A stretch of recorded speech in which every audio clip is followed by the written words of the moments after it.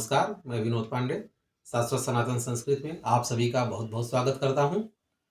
आज की पुस्तिका छोटी सी पुस्तिका है जो कि भगवान महादेव पे समर्पित है, शिव महिमन स्तोत्र। चलिए इस स्तोत्र के बारे में, इस स्तोत्र का क्या महत्व है। हर स्तोत्र का कुछ न कुछ एक विशेष महत्व होता है, तो इस स्तोत्र का विशेष महत्व क्या है, चलिए इसकी एक छोटी सी जानकारी प्राप्त कर लेते हैं।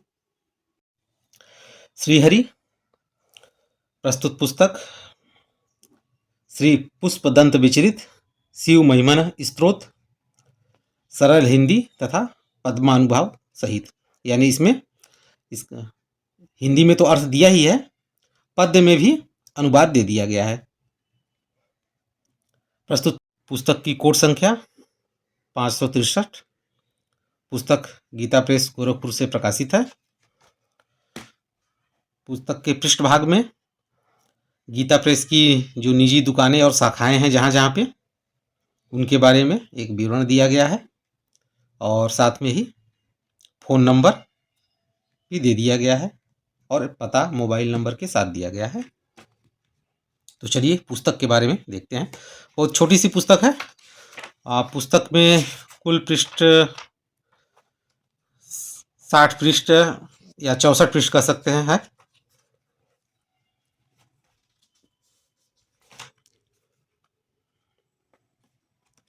ये संवत 2079 64वां पुनर्मुद्रण। उस समय कुल 8,000 ये मुद्रण हुआ था और कुल मुद्रण ये अभी तक 13,18,000 हो चुका है। मूल्य इसका 8 रुपये है। पुस्तक भले छोटी है लेकिन पुस्तक में जो कागज़ इस्तेमाल किया गया है बहुत ही उत्तम कोटि की है, छपाई बहुत उत्तम कोटि की है और अक्षर बड़े बड़े हैं।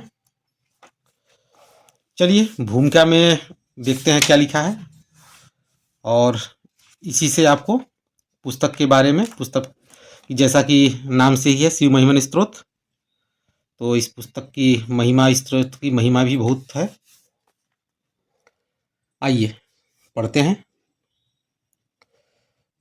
प्रस्तुत स्तोत्र में भूत भावन भूतेश भगवान शंकर की महिमा का वर्णन है। इसमें 32 श्लोक श्री विष्णु परक भी हैं, किंतु पुस्तक का कलेवर न बढ़े इसलिए मात्र शिव पक्ष को ही व्याख्या में दिखलाया गया है। पुस्तक के रचयिता पुष्पदंताचार्य गंधर्वों के राजा थे। यानी जो इस पुस्तक में ये स्तोत्र इनके जो रचयिता हैं वो, उनका नाम पुष्पदंताचार्य जो गंधर्वों के राजा थे। वे परम शिवभक्त होने से प्रतिदिन नियमतः शिवार्चन करते थे। दैवी शक्ति से संपन्न होने के कारण वे अदृश्य होने में सक्षम थे। वे छिपकर प्रमोद राजा के उद्यान में पूजा के लिए नित्य पुष्प ले जाया करते थे। वाटिका के रक्षक इस कृत्य को समझ नहीं पाते थे। अचानक एक दिन बिहार प्रिय राजा प्रमोद ने वाटिका में पहुंचकर मालियों से फूल की कमी का कारण पूछा। रक्षकों ने कहा, राजन, हम लोग निरंतर रखवाली करते रहते हैं, फिर भी पुष्प गायब हो जाते हैं। राजा ने विचार किया कि इसमें कोई दैवी शक्ति काम कर रही है, अतः जब तक उस दैवी शक्ति को कुंठित नहीं किया जाएगा तब तक यह चोरी बंद नहीं होगी। ऐसा विचार कर राजा ने पुष्पहरण होने वाले मार्ग पर बिल्वपत्र, पुष्प, जलादि, शिव निर्माल्य छोड़वा दिया। दूसरे दिन गंधर्वराज भूल से शिव निर्माल्य का उल्लंघन कर पुष्प चयन तो किया, पर अपराधवश दैवी शक्ति क्षीण होने के कारण उड़ न सके। वे विचार करने लगे कि कहीं शिव पूजा में कोई गड़बड़ी तो नहीं हुई।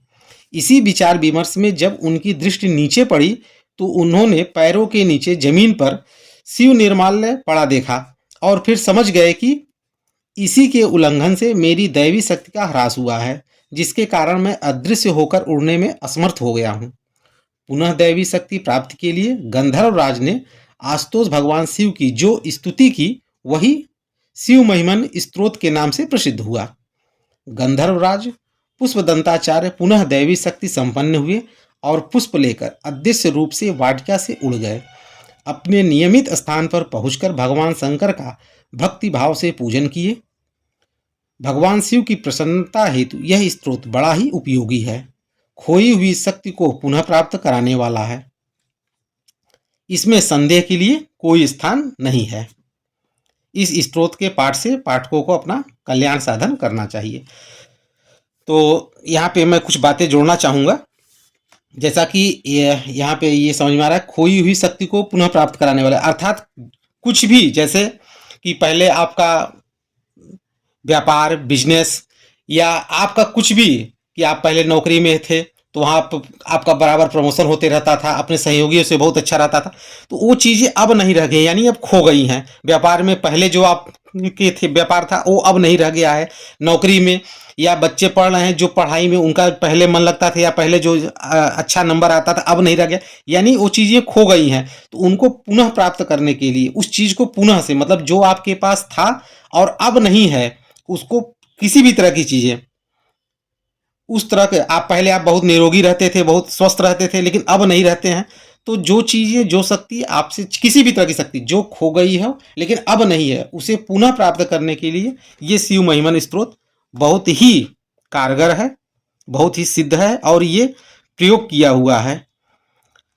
तो उसमें ये बहुत ही काम करता है, और बहुत बड़ा नहीं, छोटा सा ये स्तोत्र है। जैसा कि आप देख पा रहे हैं, कुल 43 स्तोत्र हैं।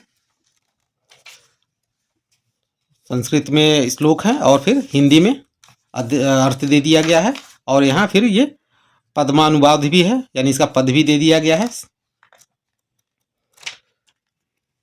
इसको भी आप एक बार पढ़ सकते हैं या इसे भी कर सकते हैं, लेकिन अगर आप संस्कृत पढ़ सकते हो तो इसी को पढ़ें।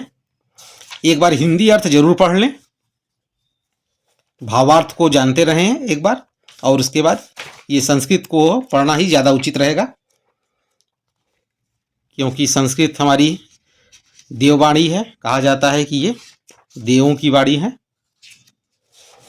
और अंत में शिव पंचाक्षर स्तोत्रम दिया गया है।